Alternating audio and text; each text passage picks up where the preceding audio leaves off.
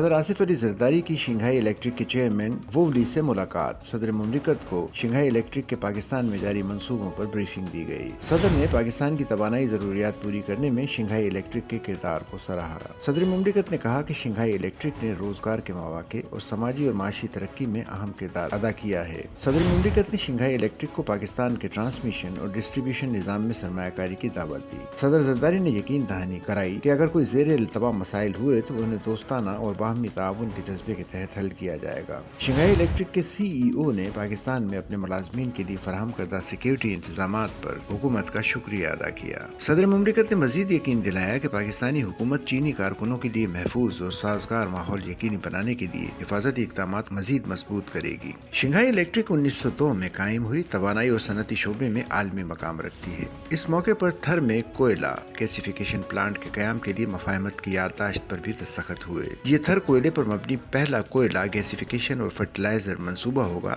जो तवानाई की जरूरियात पूरी करने के साथ ज़रई शोबे को भी सहारा देगा। MFTC कोल गैसिफिकेशन के CEO शाहिद और शंघाई इलेक्ट्रिक के CEO मिस्टर ली चेंग ने याददाश्त पर दस्तखत किए। सदर मुमलिकत के हमरा खातून अव्वल बीबी आसफा भुट्टो जरदारी और चेयरमैन पीपल्स पार्टी बिलावल भुट्टो जरदारी भी मौजूद थे।